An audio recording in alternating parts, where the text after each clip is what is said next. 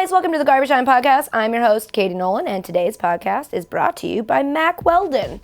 Men's underwear that I can't wear, but my producers do, and I have to hear them walking around the office like, oh, this Mack Weldon is made of such premium fabrics and the shopping experience is so simple. And then producer Matt is like, this is like the most comfortable underwear I've ever had. They have the same voice. I don't know why they do, but they do. And then producer Dave is like, oh, and also they're naturally antimicrobial, which means that they eliminate odor. And I'm like, guys, stop talking. I hear them talk about it so much that I was like, I'm gonna go on this website and get myself a hoodie. And I did, and that hoodie is super comfortable. And I got to look at naked dudes while I was checking out. That probably only caters to my audience, but you get what I'm saying. Also, they're a great company because they want you to be comfortable. If you don't like your first pair, you can keep it and they will still refund you, no questions asked. Go to mackweldon.com and get 20% off using promo code GARBAGETIME, all one word, no spaces. Go do it now so producer Matt and producer Dave will shut up. Anyway, on to the podcast. My guest on today's podcast is Daily Show correspondent Roy Wood Jr. He was fantastic, very funny, very personable. He had a ton of great stories.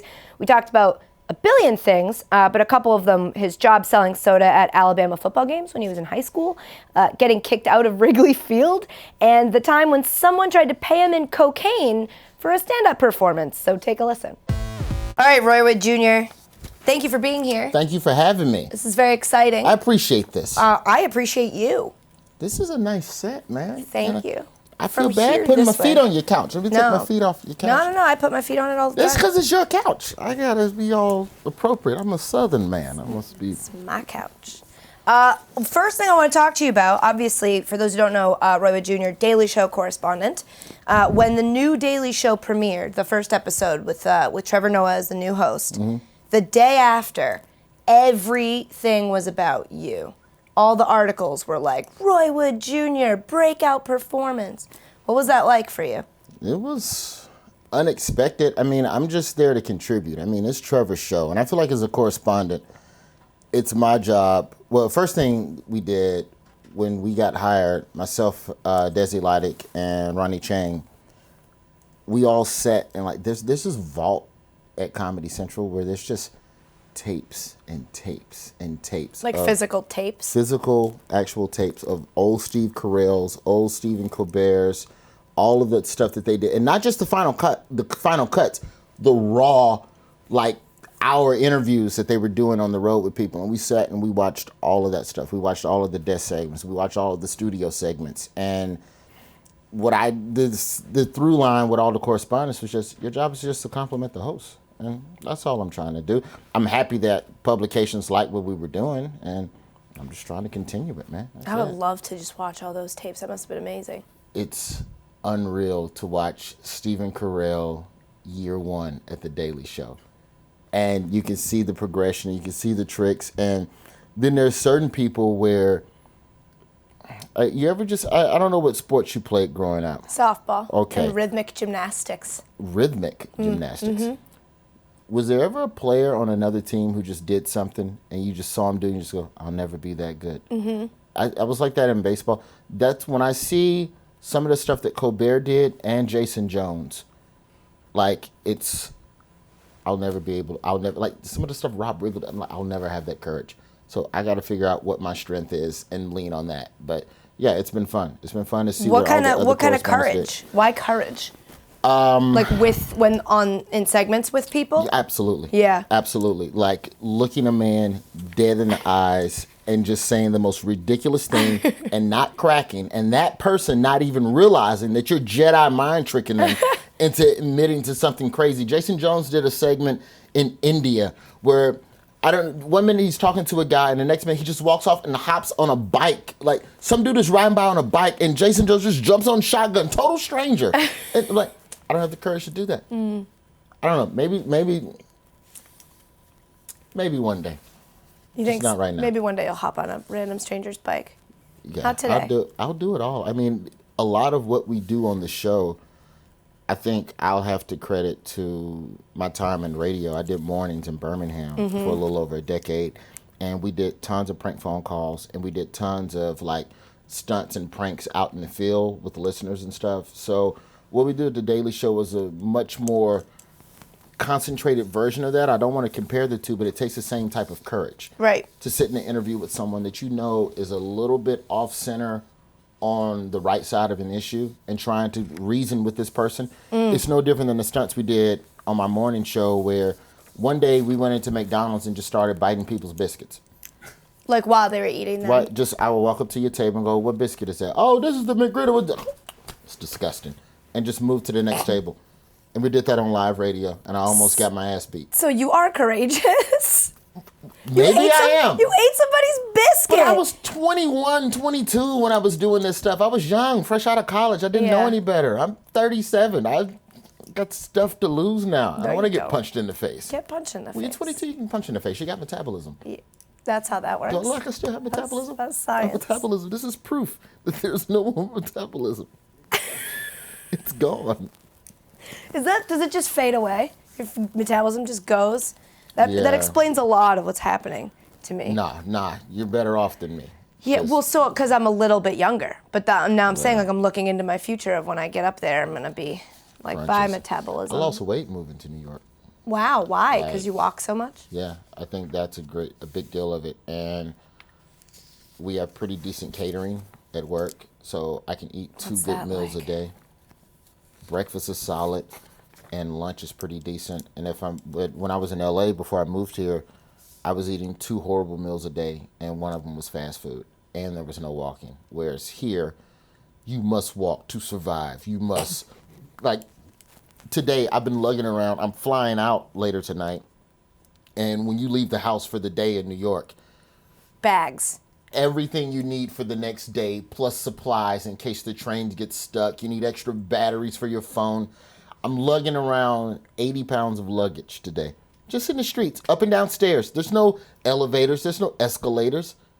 Like, it's literal work. So I'm sure if I were in LA, I'd just put that stuff in the car and sit there and eat, In and out. And a BK broiler. Have you ever done the trifecta? I don't think so. It's a fat boy term I made up. You go to In-N-Out for your burger. You go to McDonald's for your fries. Of course. And you go to Chick-fil-A for your milkshake. I've never been to Chick-fil-A. Okay.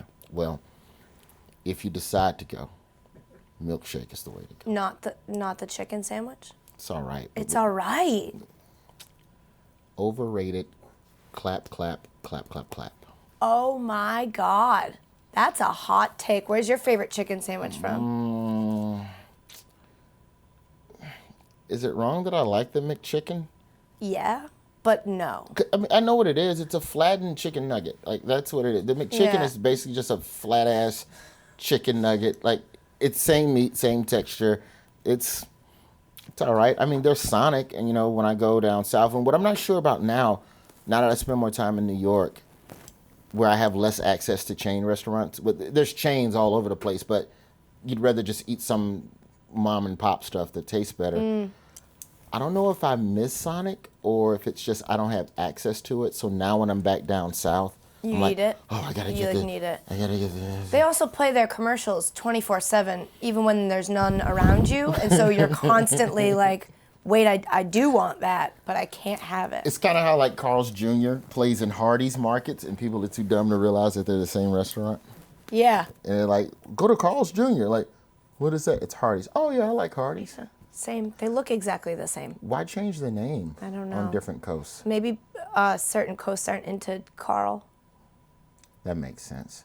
It's a name that doesn't resonate. Like there's a chicken chain down south called Mrs. Winters, and I like it. It's pretty decent, but nowhere else outside the South.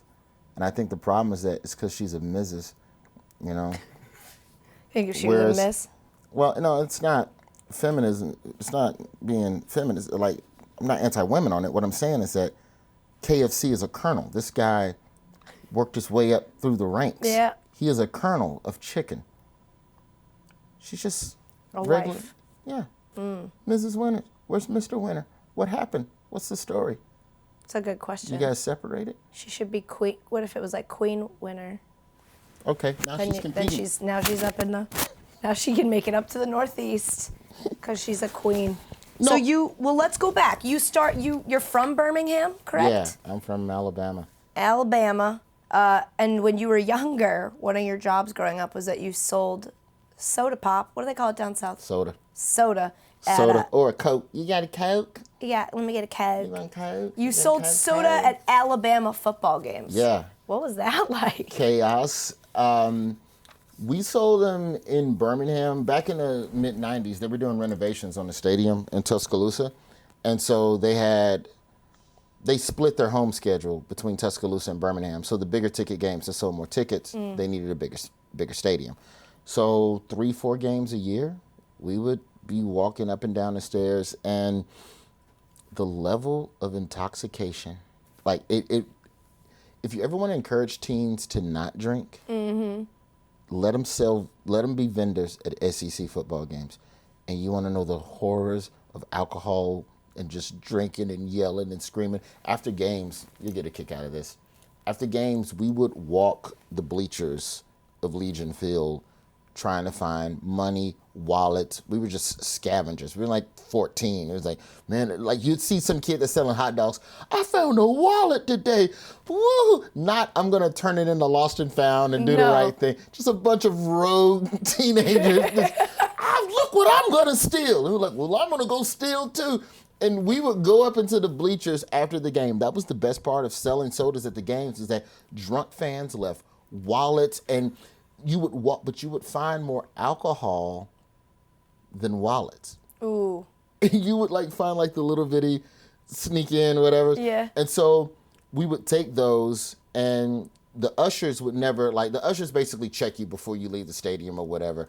And they'd see that you have alcohol and they go, let me get the Jack Daniels. They would pay you? Yes. Oh, that's amazing. Alabama fans funded at least 8 Nintendo tapes that I bought as a child. I thought you were going to say you drank it, but no. No, you were a good kid. You take it and sell it. Yeah, nobody was drinking it. But we would, Wow. the wallets, many of those wallets were gone because of the vendors. And those people are some of the drunkest, most passionate fans. They do not leave early, win or lose. I like that.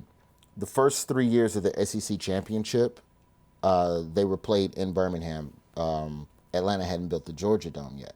So I sold sodas at the SEC championship games when Steve Spurrier was like Steve Spurrier and Danny Werfel and the boys and all of those guys. And so Florida fans, I can't say that I'm an Alabama fan, but I will say that I'm not crazy about Florida fans. Why? I will say that because for 3 years I saw them just come into Birmingham and just dominate Alabama. I mean, minus the 1 year that Alabama beat them in '92, but like Florida fans would come in and it'd be a blowout. It'd be like 55-20 or something, and they would stay the entire game and heckle Alabama fans.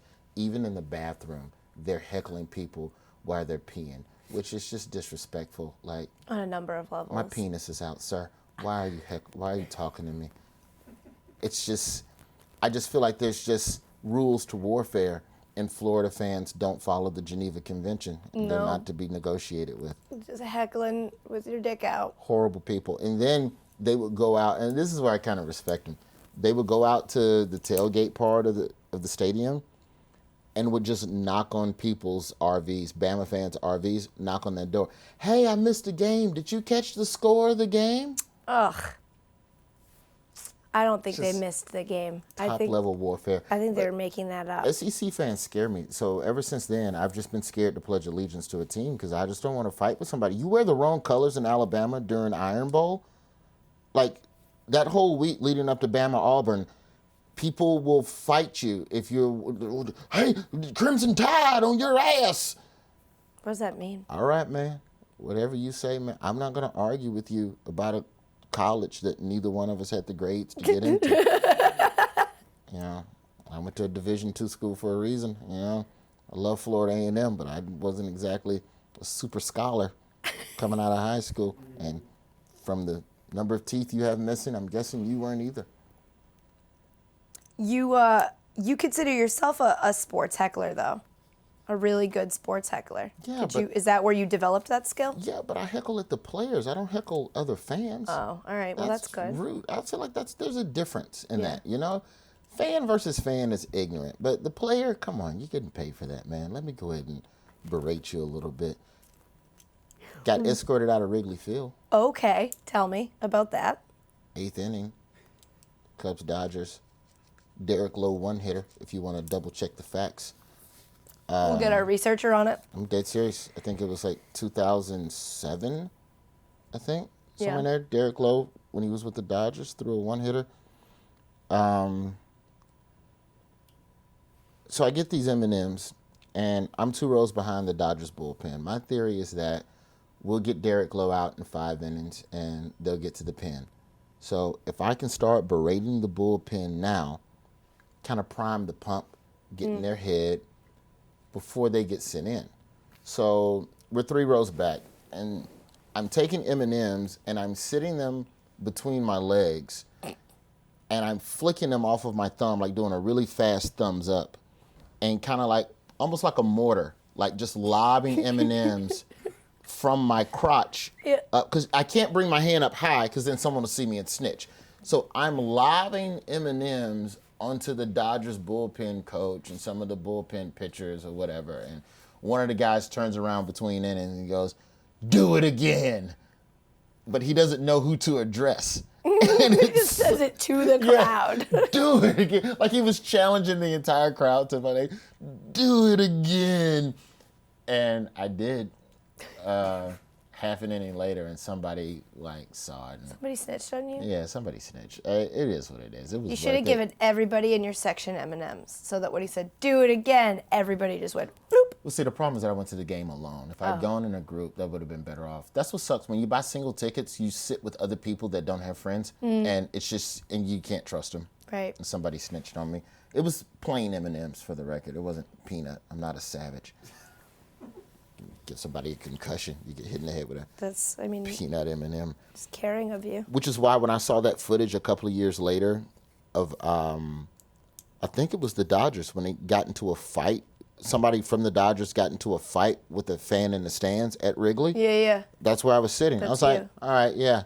He did the M&M thing. Who's that guy? I need to talk to him. I like to feel like I'm an accessory to that. I feel like that guy remembered what I did to him in 06, 07 or whatever and channeled it. No, you guys could get 2 tickets together and not have to sit with the people who don't have any friends. That guy's your friend now. We got drunk in Houston and heckled Mike Cameron for like 5 innings straight. For what? Just for being Mike Cameron.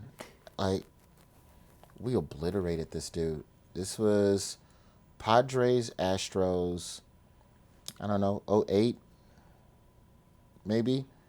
I remember it because the Padres had a 19-run first inning. Jesus. That is a factual statement. Jesus. They had a 19-run first inning. Maybe it was 18 runs, but they batted around twice. And so when Mike Cameron came out to center field, we berated him to no end. And, I mean, jokes that, like, you would have to like delete your Twitter and apologize for now. Like, I won't even repeat them now. Type of just jokes about just and skin complexion and you look like I just comparing them to other black actors of a similar skin complexion. Give me one example. I called him Wesley Snipes 1 inning. The next inning, I called him Sharpie. Like, just, I was drunk and completely rude and just unnecessary behavior. And somewhere around the 7th or 8th inning, he makes the last out of the inning. And he hears us. He's laughing. Like, he's cool about it. It's not like he's like, why are these fans picking on me? He's rolling with the punches and everybody's laughing. And it's a good time. But at its core, it was rude. We were right center field at Minute Maid, where I call it Applebee's, but it's not Applebee's. It's the restaurant with the elevated. It's Applebee's. Yeah. And we're berating him, and he catches the ball. He makes the last out of the inning, and he turns to me and raises the ball up as if he's going to throw me the ball. And I stand up like a 6-year-old. Yes, please, don't throw me the ball. Please. And he smiles, and he turns, and he chunks the ball to the other side of the stadium to another fan. and looks back at me with this smirk like, and as he's jogging off the field, I can't say for sure he gave me the middle finger, but his hand's by his side. Like, if he's jogging off the field, he has his hand kind of behind him, like it's away from camera. So you know, like the baseball camera is from the press box or whatever. So you can see the front of Mike Cameron. Right. You can't see his hand behind his back shooting a middle finger back at me. It was well played, and I shut my mouth the rest of the game. Like, it was nothing else. Like, he made me look like a straight clown. I love that. If I ever meet him, I'll tell him that story. It was so rude. It's interesting though that you're a heckler and then you went into stand-up comedy. Oh, retribution. Yeah. Oh my God. So do you respect hecklers when you're doing stand-up? If I'm not doing well, I respect hecklers. Comics get mad and you heckling me for, you need to be, you're not funny, bro. Anything goes. If you're not funny, like, if you're up there and you're supposed to be funny and it's not funny and someone says something, that's kind of on you in a way. But I don't think people, I don't know, it's, if you're, fuck that, I agree with that. If you're on stage and you're not being funny and someone starts talking, it's your job to be funny. Yeah. If you're being funny and someone is being disruptive, not cool, you gotta go. Like, I'm not the guy that's tasteful. I don't have the quick comeback and the back and forth. You just got to go. I'm sorry. Just leave. Hey, somebody come get him. Take him out of the show. Like, I'm the guy that just will have you kicked out immediately for 3 or 4 sentences. Like, we'll go back and forth once or twice, but if you keep talking, you got to go. Oh, like, see, I thought you would be the guy who, like, I don't know, hits him with an M&M or something. You understand the heckler. You get where he's coming from. Look, I'm going to disrupt the show. Oh, no, I'm on the sidewalk. What happened? I've been heckled once or twice. What's worse than being heckled is not being laughed at. I know. I can imagine. I really feel like that's where, if you wanted to really get inside of a comedian's head, it's just literally not to laugh. There's a club that I used to do when I first started, Uptown Comedy Corner in Atlanta. It's still open today. Great room. But Sunday nights was no holds barred. It was Sunday night open mic, and the club was kind of the place to go. If it was like Sunday nights was kind of like the CNBC Black Hollywood night. So on any given night, you could get booed by 2 Falcons and 3 Atlanta Braves and 4 strippers and a rapper. Like, it's just anybody that somebody in black upper crust in Atlanta would come to this show and boo you. And one night I went on stage, and there's just this lady in the corner, and every joke, punchline. No. All right. So who else in here like to do them? Anything? Then our girlfriend having that punchline. Still no. How do you combat that? I don't know. And she's in the darkness, so you can't see her. It's like a sniper. Who's hitting me with these heckles? Fucking stop it. It was one of those nights, man. Those were the nights where I used to, when I first started, I was taking the Greyhound from Tallahassee. And I would take the Greyhound to do shows around the South so I could be able to get back to class or whatever on Monday. So I would Greyhound all weekend to open mics. And those shows hurt the worst because it's an 8-hour bus ride there, another 2 hours of local transit to get to the club. Then you have some lady yell no at you. And then you have to leave the club and take 2 hours of transit back to the bus station. And so you get 10 hours to just marinate on this lady. And you recorded the set. You recorded it because you wanted to critique it and watch game film and see if you could get better. And all you hear in the background is a lady, no. No. I remember that night vividly because I went and sat back down after I got off stage and the waitress still made me buy 2 drinks. What? Yeah. If you're an open micer and you were occupying a seat in the club, you still had to pay for drinks. That's not cool. It's comedy. There's no respect at the bottom. It's like most forms of entertainment. It's like you have to get a couple of credits under your belt, and then they treat you with some modicum of respect. But bottom barrel, like, no, man. Like, I've done shows in New York City when I first started. They require you to bring paying customers, bring your shows, and I wasn't from here, so I couldn't bring people. So the idea I got, I would go in AOL chat rooms and Yahoo Personals and meet people, start up conversation. I would go, basically, chat room is basically just a Twitter 50 people at a time. Yep. That's basically what it was. So if you go in a chat room and get rolling and it's a lot of funny conversation going on, right at the bottom I go, hey, I'm going to be performing tonight at Stand Up New York Comedy Closet. Why don't y'all come see me? And people would come. Really? And that's how I got over having to stand on the sidewalk and beg strangers to come to comedy shows. I would just go in chat rooms or flirt with women and invite women to the show. See, as a woman, we can't do that. You can't go in an AOL chat room and be like, meet me here at this location. I bet you get stage time. But you're going to get some other things you might not want as well. See, that's where you need to use a fake photo. See, you gotta get crafty. You got all the tricks. You got to get crafty.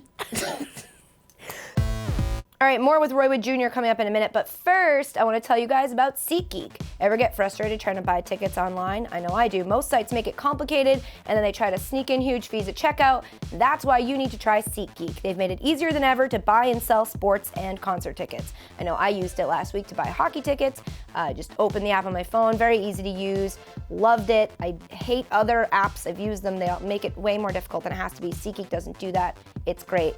They've taken all the work and hassle out of shopping for tickets. You can set alerts for upcoming events, so SeatGeek will let you know if ticket prices fall, which is really cool because I forget these things, and then SeatGeek's like, yo, don't forget, and I'm like, nice, thanks. And before you buy, you can use SeatGeek's detailed maps to see the view from your seat, which is super, super helpful. And like I said before, they're upfront about their price. They show you the full ticket price from start to finish. They never trick you with fees at checkout. And my listeners get a $20 rebate off their first SeatGeek purchase. To get that rebate, download the free SeatGeek app, go to the settings tab and click add a promo code. Enter promo code Katie, that's Katie. SeatGeek will send you $20 after you've made your first ticket purchase. Download the free SeatGeek app and enter promo code Katie today. I know I did when I bought my tickets. Is that legal or allowed? I did it. Come arrest me. All right, back to Roy Wood Jr. So what made you want to go into stand-up comedy? Because I feel like it's one of those careers that people who are in it know that it's a grind and it's difficult, but people still choose that path. It just felt right. I mean, it was a little bit of that, and then circumstances when I came out of college. So my degree is in broadcast journalism, and you're more qualified for this job than I am, which is good. Because mine's in PR. But no, I learned journalism before digital stuff. But if you put 2 VHS machines in here, I could edit your show on 2 super VHS decks. Let's do it. So one of the course requirements for journalism was a public speaking class. And for 1 month in the public speaking class, we did impromptu speeches. And the teacher would give us 10 minutes to prep, and then you went up in front of the class and you did 5 minutes on the topic. So I was going up 3 times a week in my class doing 5 minutes on stuff I knew nothing about. And my way of filibustering or whatever got laughs from the class. And it wasn't deliberate. I was legitimately trying to explain a topic, and I don't know if it was facial expressions or timing or what, but it got laughs. The teacher thought I was doing it on purpose, so she flunked me. Ugh. She flunked me the first 2 weeks of the assignment. And I went to her, I go, look, I promise you I'm not trying to do this.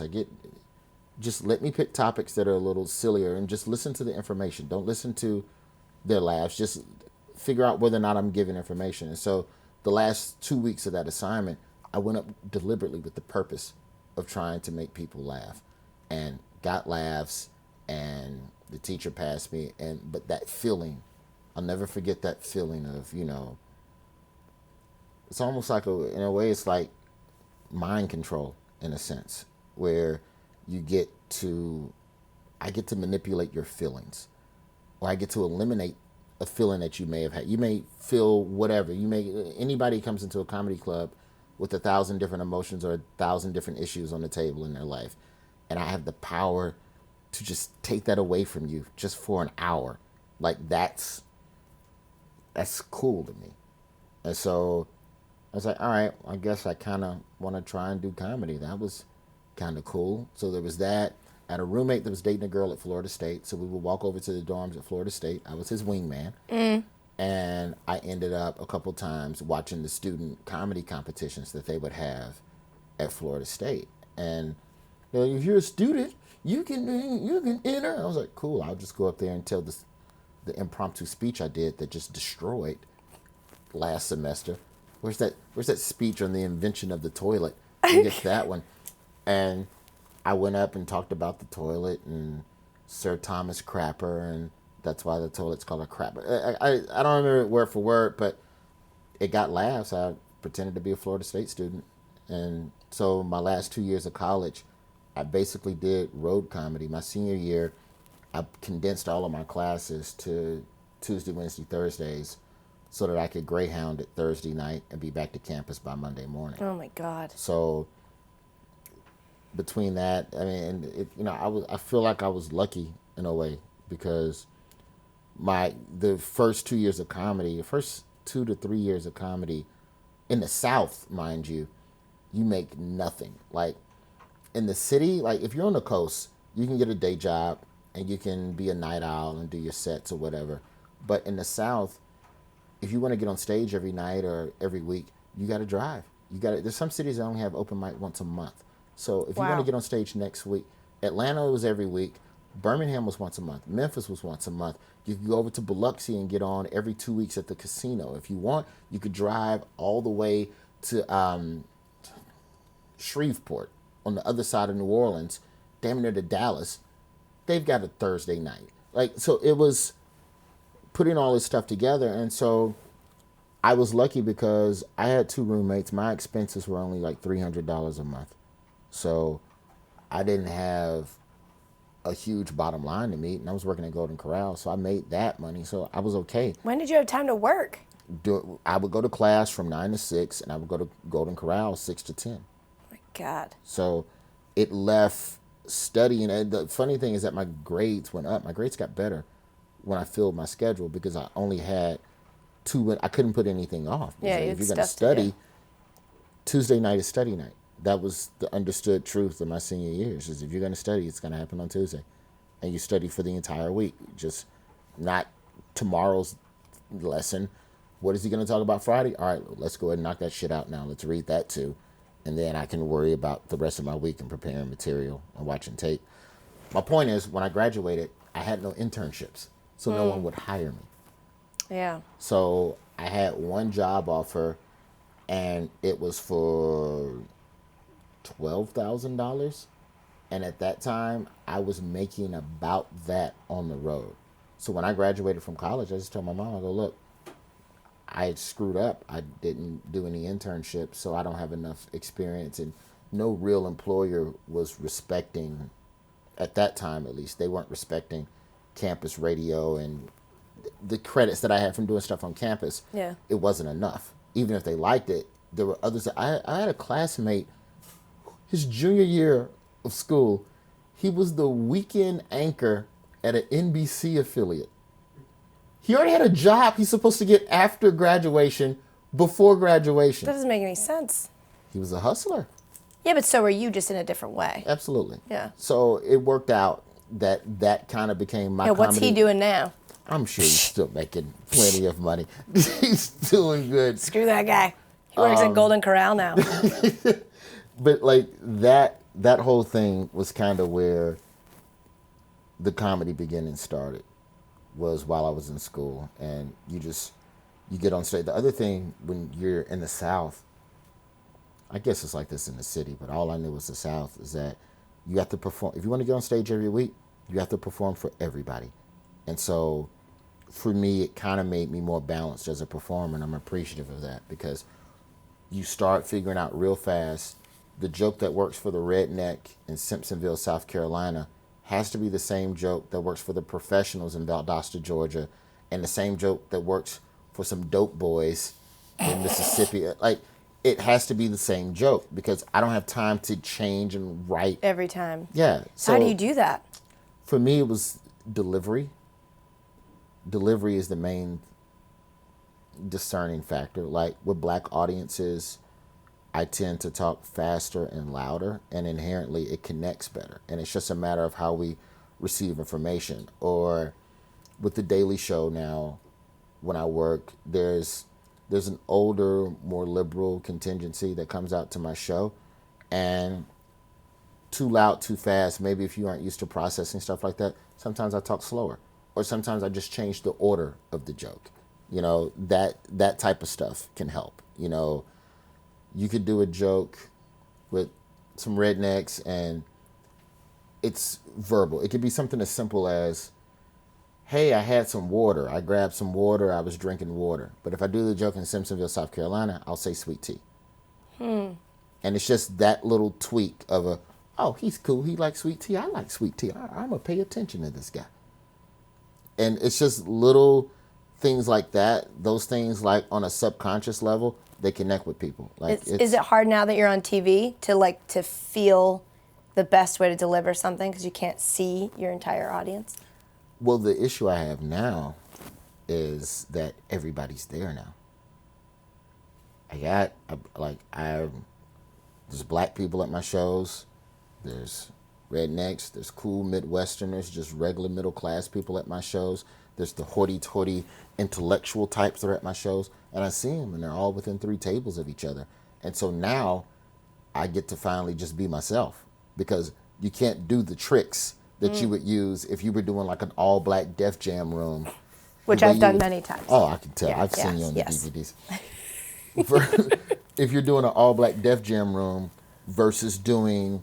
I've done gigs for homeowners associations in like 1%er zip codes in this country where they literally... Come entertain us. We all own homes in this cul-de-sac. That doesn't feel We're having a homeowners association meeting, and we decided to end it with comedy. I bet you killed in that crowd. It takes a minute. They warm up to you. It's no different than meeting people and having a conversation. You just have to figure out what the common denominators are and then build off of that. What's the worst stand-up experience you've ever had? There's a couple. There's the time when I got 3rd place on Last Comic Standing. Well, there's a couple. I've had my guts ripped out on TV twice, actually. That's what I call it when you lose. I was going to say, I did not know you were on Fear Factor. You get your guts ripped out. Oof. Like those comedy competition shows where they love to, and you are not the funniest. He is funnier. Such a strange concept. Well, you know why? The reason why they do it is because nobody would watch it otherwise. If you look at the landscape of television, of televised stand-up comedy, it's basically specials, or it's a bunch of comics you never heard of, hosted by a comic that's a solidified star. Like Gabriel Iglesias has Stand-Up Revolution, Adam Devine has House Party, but that's it. 10 years ago, there were tons of, here's 3 comics you haven't heard of, and watch them. Whereas now, if you want America to watch a bunch of comics that they aren't familiar with compete to be funny, you have to make a prize. Someone has to get... Would you watch a cooking show if you didn't know somebody was going to get their guts ripped out at the end of the episode? No. And, I don't get to eat what they're making, but with comedy, I do get to hear the jokes and enjoy them. Yeah, at least there's something being consumed. I get it. So, that sucked. I was on Star Search, and B2K gave me 1 star out of 5. That sucked. All of B2K as a... It was 2 of them, J Bug and Raspy. Marion just didn't feel like show. Was he in? I guess not. Yeah, he was in there at the time. Yeah. Damn right. And Little Fizz. Lil Fizz. Yeah, those 2. When I make a B2K voodoo doll, I won't. You don't stab them. Yeah, but J Bug and Raspy for sure. Though, I almost cursed him out on national television. Arsenio Hall was the host. And what year was this? This is 2003. And this is when they did the reboot, when American Idol was taking over. And they go, yo, man, something, something, 1 star. And I'm like, and just for a second, the West Birmingham in me was just like, yo, man, you should whip their ass. Go over there and slap the shit out of J-Book. I go, yeah, I'm going to go slap the shit out of J-Book. And I took half a step. and Arsenio Hall, and this is on live television, just barely pulls at the tail of my jacket. And he just goes, and it's off mic. You can't hear it, but he just goes, like basically, don't you fuck this up for black people? Don't you screw this up? He just saw it in your eyes, that little half step, and he was like, nope. If it happened today, it would have been on YouTube. It would have been like, it was visible on my face. And this was the year before YouTube premiered, thank God. It was like, that was embarrassing. I did a show for some dope boys, and these guys tried to pay us in cocaine. Okay, so what year is this? Because that matters. I started in 98, so this is probably 02, because I was on the radio at this point in Birmingham. Yeah, 02. And the show was where? This is in Dothan, Alabama. Dothan? Yeah, southeastern part of the state. Okay. Known for an amazing peanut festival, if you ever get a chance. Now I know. Okay. So here's how it goes, Katie. Drug dealers do comedy and rap shows from time to time. And primarily it's a way for them to reestablish their business after a police bust. So they'll host these shows. They'll say, like, come out to Johnny John's cocaine stand-up. No, it's under promotion companies and stuff. So it's like Johnny John Promotions or Jim Jam Slickback Production. Come on. So let's say you're a drug dealer and the cops bust you. Let's just say. Let's just say you're moving keys like Rick Ross. Right. The original Rick Ross, not the rapper. Yeah. The real Noriega owe me 100 favor. Oh, sure. Nicely done. You're welcome. Cops bust you. They take your money. They take your drugs. Okay. I'm sad. You still need new capital to reestablish your drug business. Don't I go to jail? Not yet. You're out on trial. You may beat the charges. Who knows? In the meantime, you got to keep the money coming in. You got a lawyer to pay. You're right. So the way dope boys would do it in Bama, they would basically throw a comedy show or a rap concert, comedy show, whatever. You announce it 2 months out, and you hype it up, and you pre-sell tickets. You pre-sell tickets for $20 or whatever. Hey, we're going to have a comedy show. It's going down in 3 weeks. It's a Jim Jam Slickback production. Y'all know it's going to be off the chain. Give me the money. You take the pre-sale ticket money and you buy drugs. So the pre-sale ticket money becomes the money that you front yourself to purchase new drugs to get back in the game. Mm-hmm. You take the drugs, flip it, sell it, pay your talent with the difference. And now you're back cooking. Right. This is the ideal way it would work out. It's been done successfully numerous times. It only works, however, if you sell the drugs before the show. Mm-hmm. Because if you just got drugs, now you have no money to pay your talent. Right. So we show up to the show in Dothan, and you could tell something was on. You could tell he was stressed out because he's just rubbing his head. Like anytime a black dude take off his fitted cap, he's stressed about something. Do you know that it's a drug show at this point? Like, you know what the deal is? You pretty much know when you took the call from the guy, but hey, man, what's good, bruh? Look, man, we trying to do this comedy. Come through, bruh. Man, come fuck with us, man. I give you $200. And what are you going to do? You live with your mom? You intern at a radio station? Yeah, $200. I don't care what you do for a living, sir. Do you have a microphone? All right, I'll be there. And then when you show up and you see all of the cutlasses in the parking lot, and you know it's a black show. You don't know it's a dope boy show. You just know it's a black show. It could just be a black promoter. We get in the venue and we're in the green room, and the guy comes in and he's so straight up with us. Like, doesn't candy coat. Look, man, I'm just tell y'all straight up, man. I ain't got your bread, man. You know, I need y'all to do this show, though, because my reputation on the line. Because we ain't sold this brick. Dude's supposed to come up from Gainesville, get the brick. We going to take that shit and flip it, and then we going to pay y'all in 2 weeks. We ain't even got no money to give refunds to the people out there. So y'all got to do this show. And everybody's like, nah, I don't know. We, like, conferred as a group.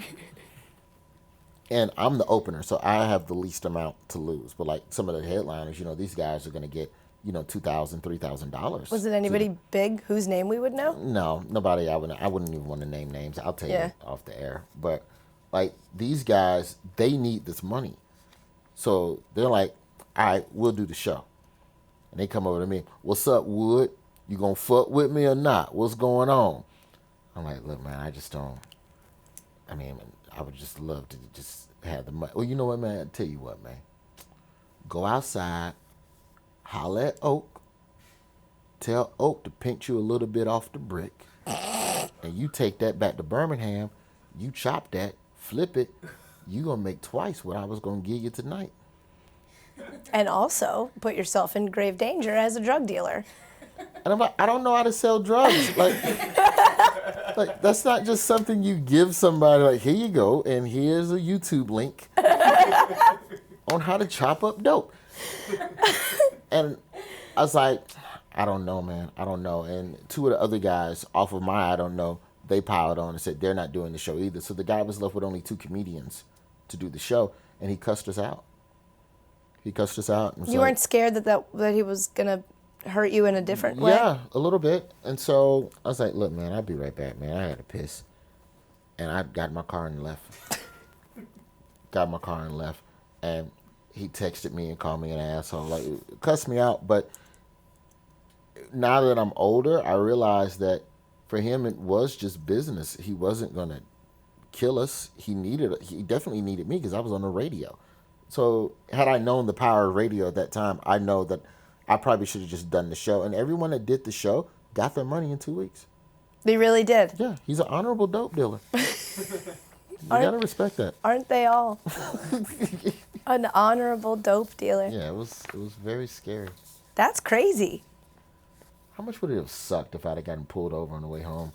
And you had $200 worth of cocaine. I was going to say, when they say pinch a little off a brick, what does that mean? Exactly. I don't even know drug amounts. I physically am imagining someone pinching a brick of cocaine. Like, how much is a pinch? I don't know. Like, what is it, 1/8 and a quarter? Like, I don't know, man. Talk to me in sprinkles. I didn't do well in science class. 3 sprinkles? Or is it 2 sprinkles? How many Splenda packets of Coke are we talking exactly. here? I measure this in Splenda.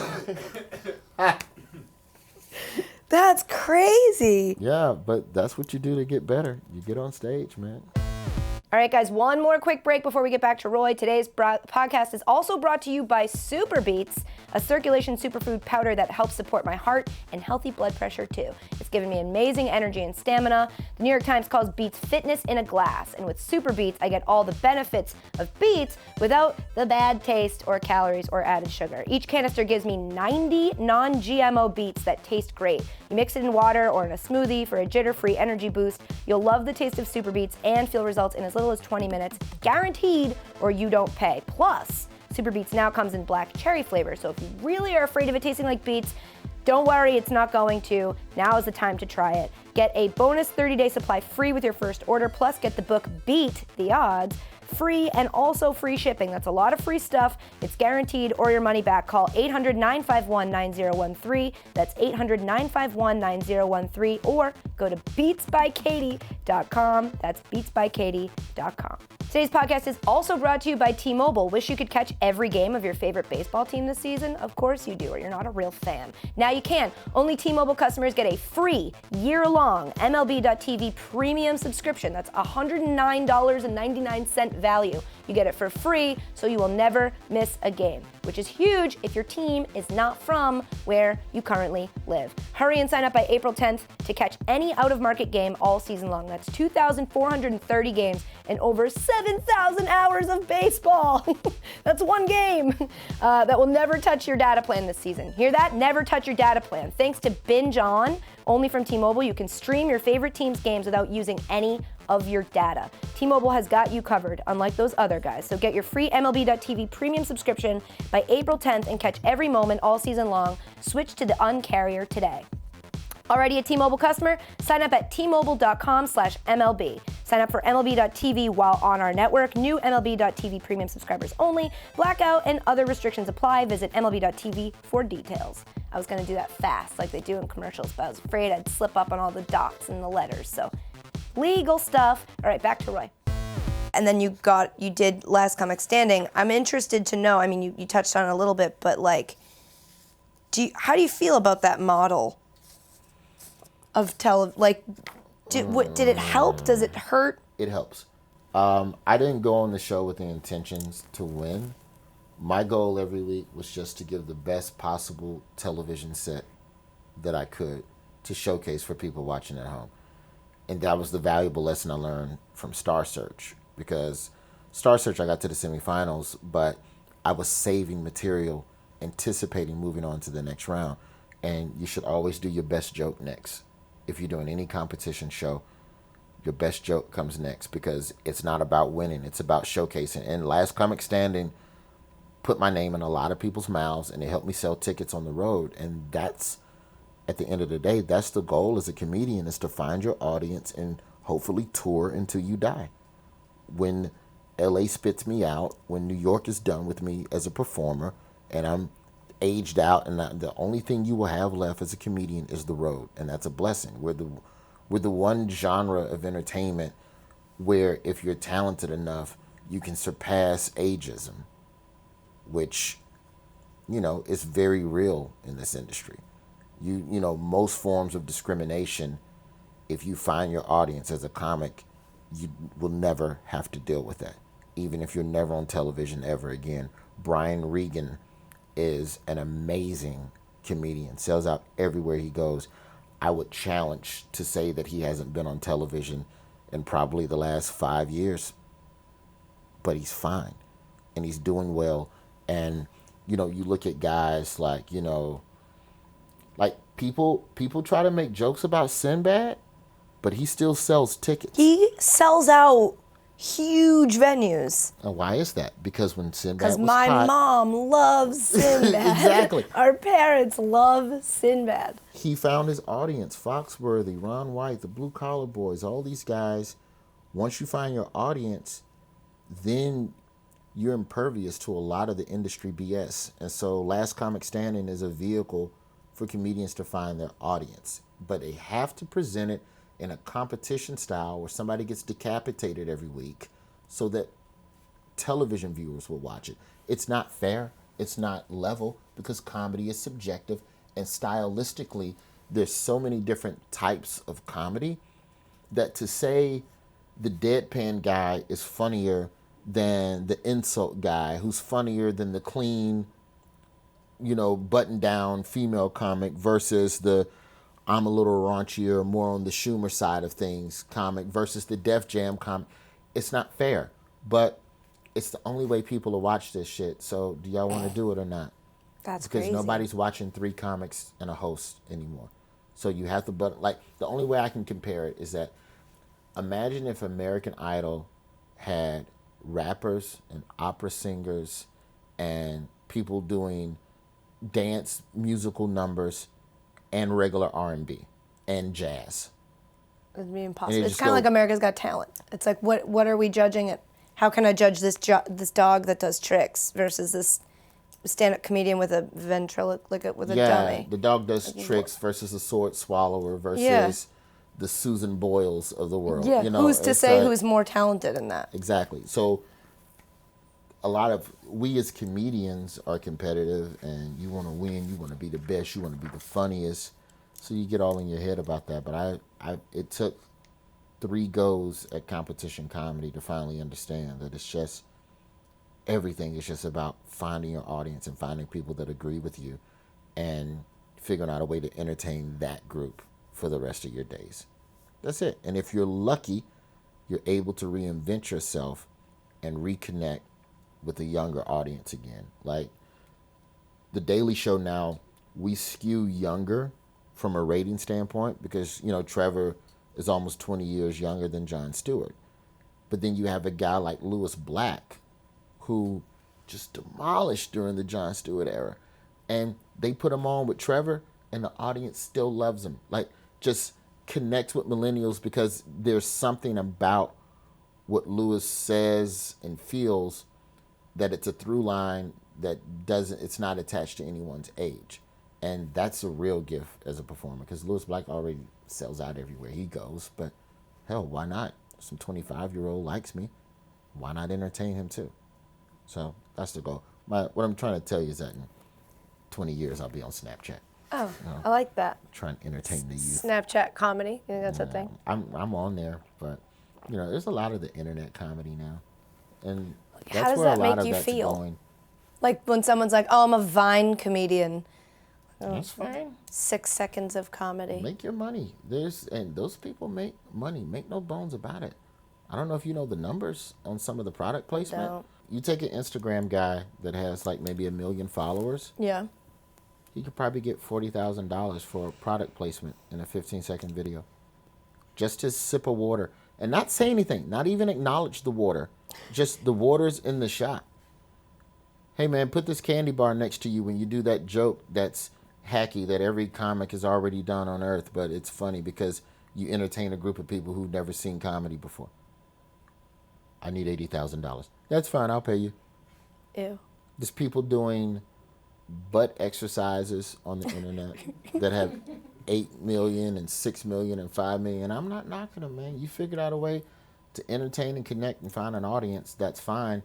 I do think that the graduation from, and this is where I keep telling comics to calm down because they get all, oh, they're these Vine stars, they taking all the people. Just keep doing what you're doing, man, because everyone they're entertaining eventually ages out of that. Once you hit your mid-20s, you hit that first real breakup, you get fired, want some real pain in your life, you're gonna need alcohol with those laughs. And that's when you're gonna come to the comedy club and start seeing live comedy. And a lot of the Vine stars and the Instagram guys, they do shows, they do live shows and they sell tickets. But I also feel like the live show element is something that all of them aren't polished on. And it shows when you see them live. I've done shows with some YouTubers and some were cool and some of them was kind of like, this is like watching their YouTube channel live. This is weird. This is not as entertaining. So I'm unconcerned is the short answer to the question. They're out there doing their thing. They're making money. If anything, comedians need to look at that and figure out how can I do what they're doing and then bring people to my live show where I'm actually polished and know what the hell I'm doing on stage.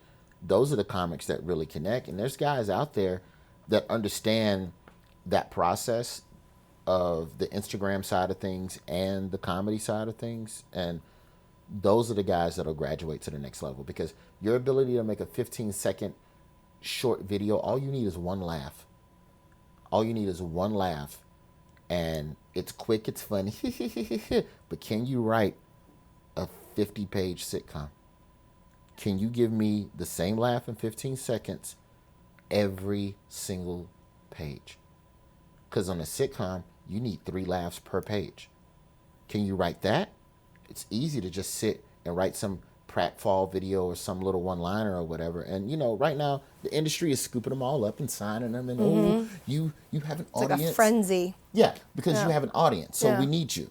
Yeah. Let's give you a show. Oh, my God, that show sucked. All right, who's next? You. Let's give you a show. Yeah. Oh, that show sucked. So eventually they will realize that's not the way and that the stuff with the internet has to live on the internet because everyone that's doing well on the internet can't graduate to television and film.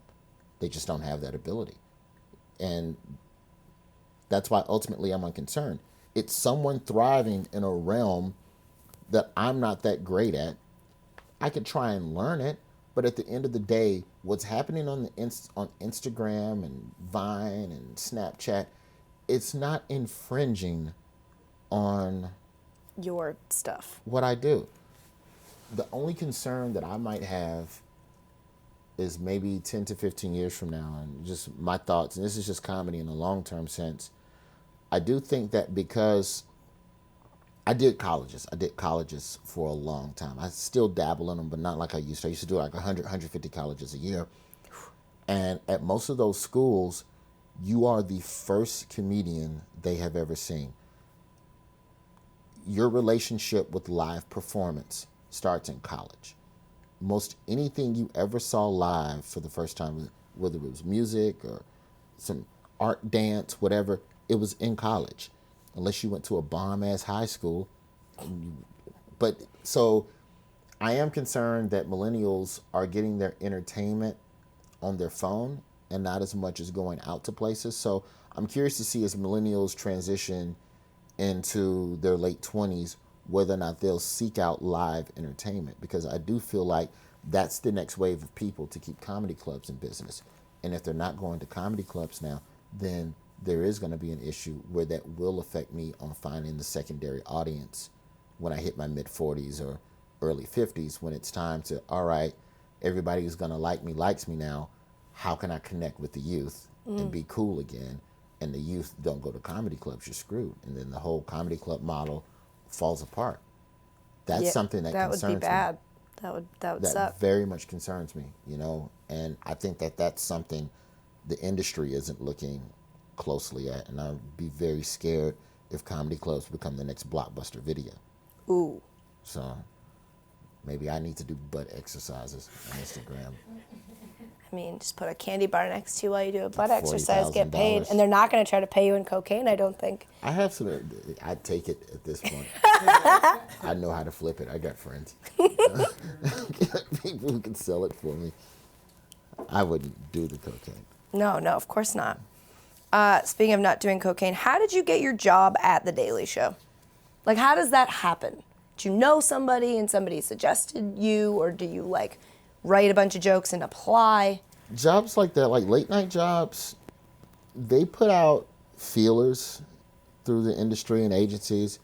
Hey, everybody, we're looking for 2 or 3 correspondents. We're looking for a couple of writers.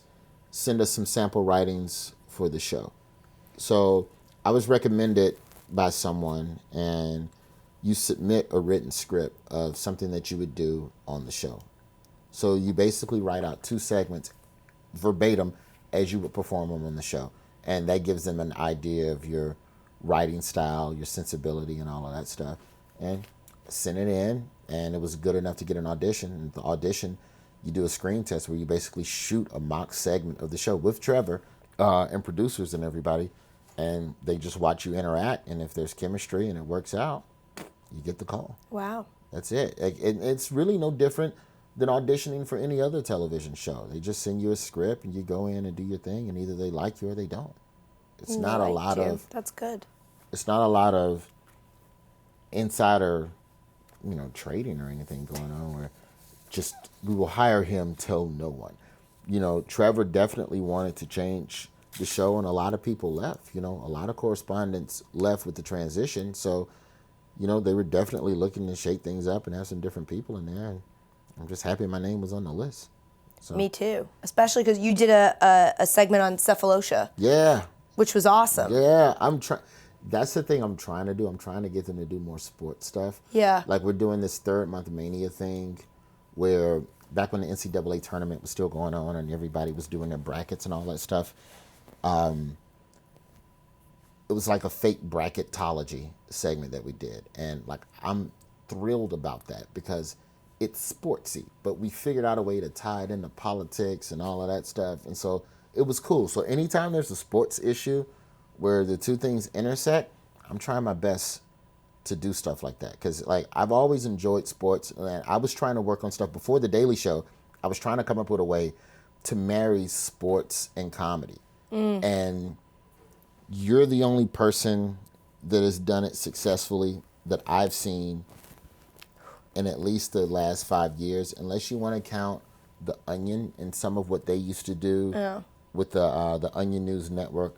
Not the Comedy Central Onion Sports Show, but like they had that the whole full production. Yeah, they were doing like, they did everything well over there. Like, so I was looking at that, I was like, there's some laughs here. There's a lot of uptight people in sports. Yeah. So you get told no a lot, but we'll see. We're working on a piece now where I'm headed down to, it'll probably air in another 2 weeks, I guess, where we're headed down south because a lot of the historically black colleges field predominantly white baseball teams.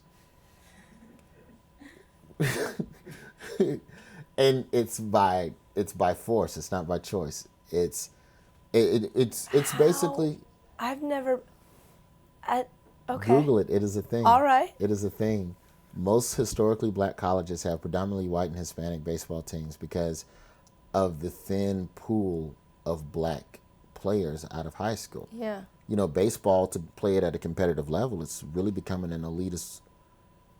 It's turning into golf slowly but surely to play travels ball and all of that. And so the black kids that are good enough, they play Division I, so they don't go D2 to a black college. And the other black kids that are good enough at baseball usually play 2 sports. Right. Football can offer 45 scholarships a year. Baseball teams can only offer 11. So because of that, baseball teams just don't have enough scholarships to go around. So the kids go and play football. Wow. That's You're really good enough to interesting. play baseball, but if you want a free education, You're going to play gotta play football. So if you're a head coach of a black school, you're like, well, let's go get a white boy. Gotta put a team out there next year. Baseball is so white. Yeah, it's an interesting phenomenon, and so we're gonna dig deeper on that. And there's plenty of comedy there. Yeah, that be sounds had. phenomenal. Yeah, I'm glad that you're bringing sports to the Daily Show. Just don't be too funny at sports, because then I don't have a job. You will have a job. I don't know. You're dominant. I don't know about that. You're the first person to ever say that word to me in relation to myself, but it means a lot. We wrap up every podcast with something called the Garbage 10. It's 10 pretty silly questions. I'm going to hit you with them now. Are you ready? I am ready. All right. What was your first AOL screen name? I still have it. At Rattler, Rattlur. Why? I still have a lot of. You know what, man? Y'all not gonna make me feel bad for having an AOL email address. It's such an unnecessary thing as a society for us to be judgmental about. Like if I drive a garbage car or my sneakers are horrible, judge me. But it's intangible. It's letters in your phone. However I get my letters is my business. If anything,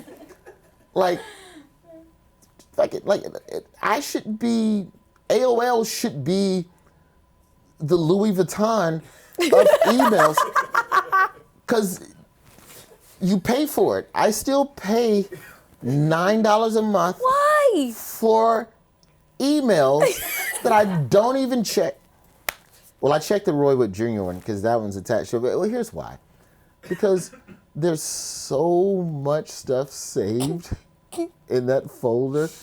I would have to, it would literally be a month ordeal transferring all these saved emails over to my Gmail. Now on my website, just for the record, on my website, I have a Gmail address listed.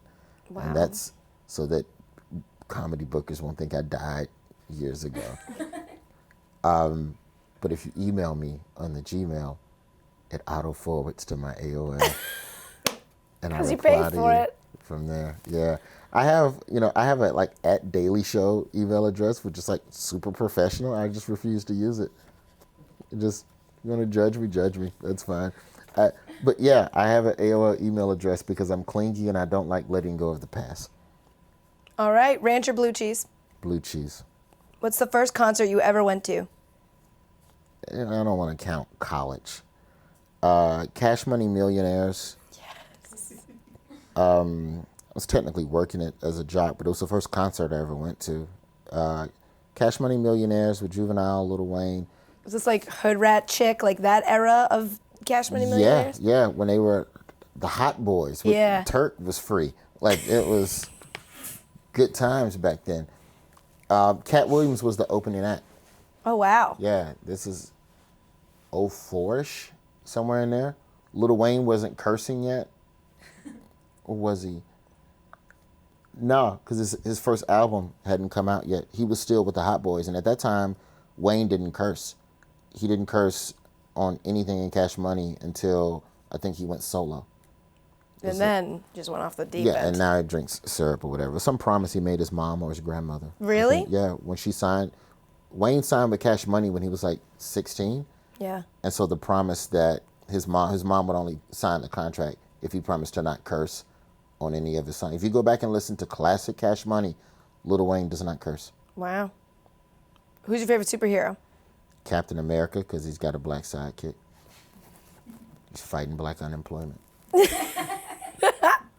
Do you put ketchup on top of your fries or on the side? On the side. What savage sogs up the crisp of the fry? Socks up the crisp. Yeah, same thing with nachos, too. I go to the movies, they try to put the cheese. God bless whoever invented the cheese pack that now they give you with the nachos on the side. I would like to feel like somebody wrote a letter and was like, yo, man. Because you get to that nacho at the bottom that's been sitting in the cheese. It's just the flop nacho. I started to say flaccid, but that's just a horrible word. It is a bad word. But it is a flaccid chip covered in goo. Flaccid and covered in goo. What's your guilty pleasure television show? Oh. I like Chopped. It's not that embarrassing. I want embarrassing. Oh, Married at First Sight. It's so good.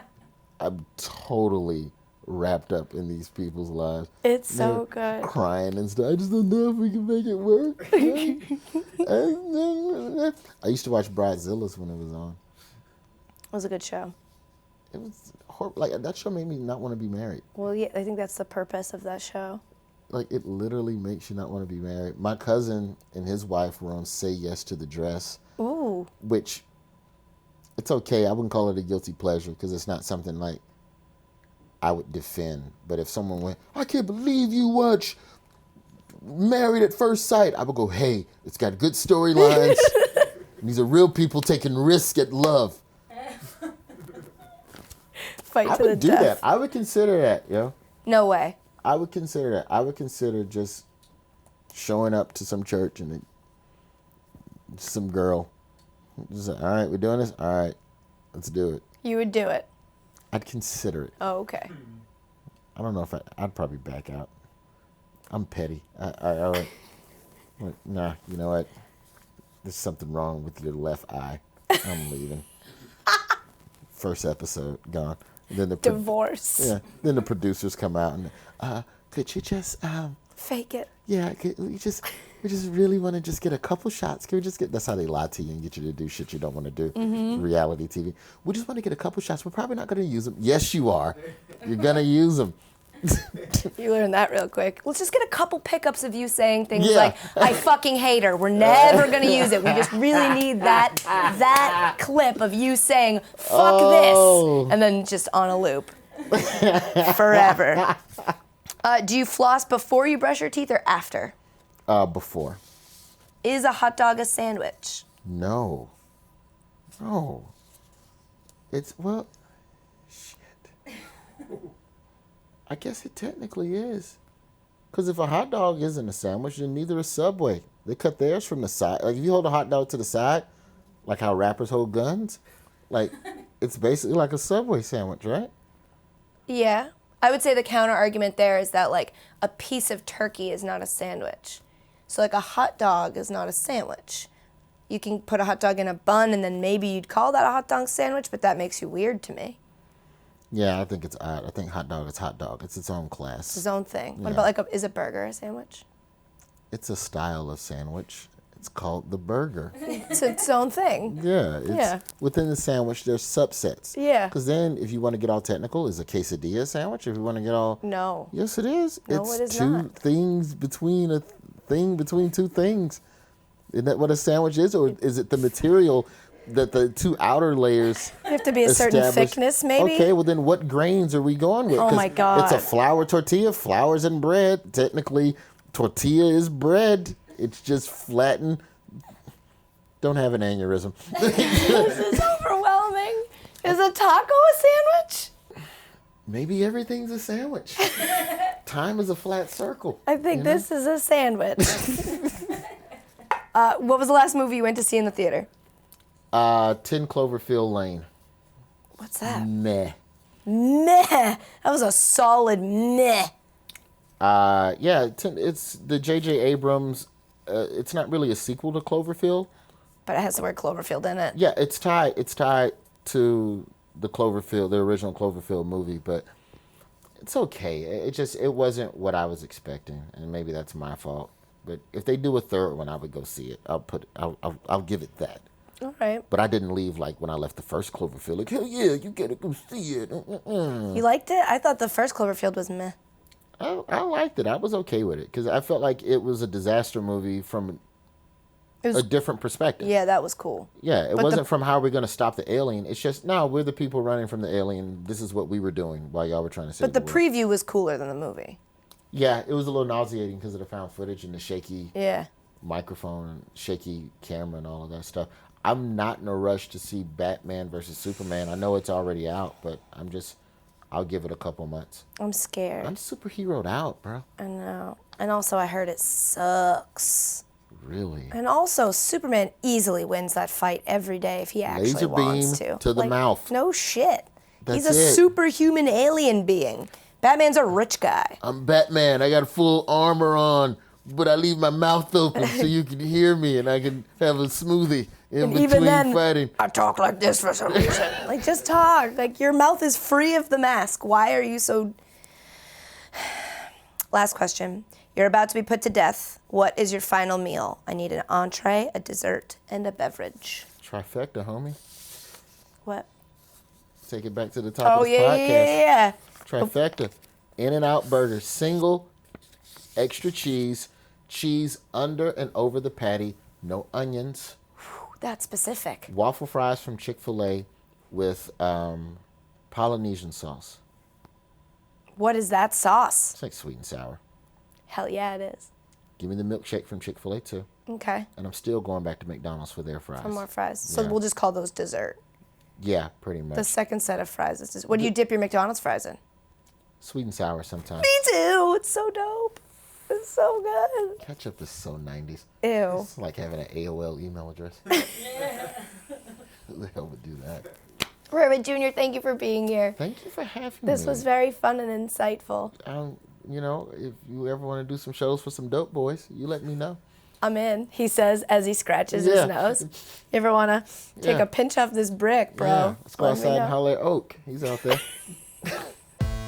Okay, guys, that's it. Thanks again to Roy for coming by and for being an amazing guest. We will be back with another podcast for you on Thursday. Make sure to subscribe on iTunes, rate this lovely podcast, and leave a comment, but only if your rating and your comment are as lovely as this podcast, which is a 5-star podcast. Just kidding. You can also listen on Art19, SoundCloud, Stitcher, Google Play, your parents' iPod. There's a lot of places you could listen. Find yours and tweet about it. Thank you guys for listening. Bye. I love you. Mean it.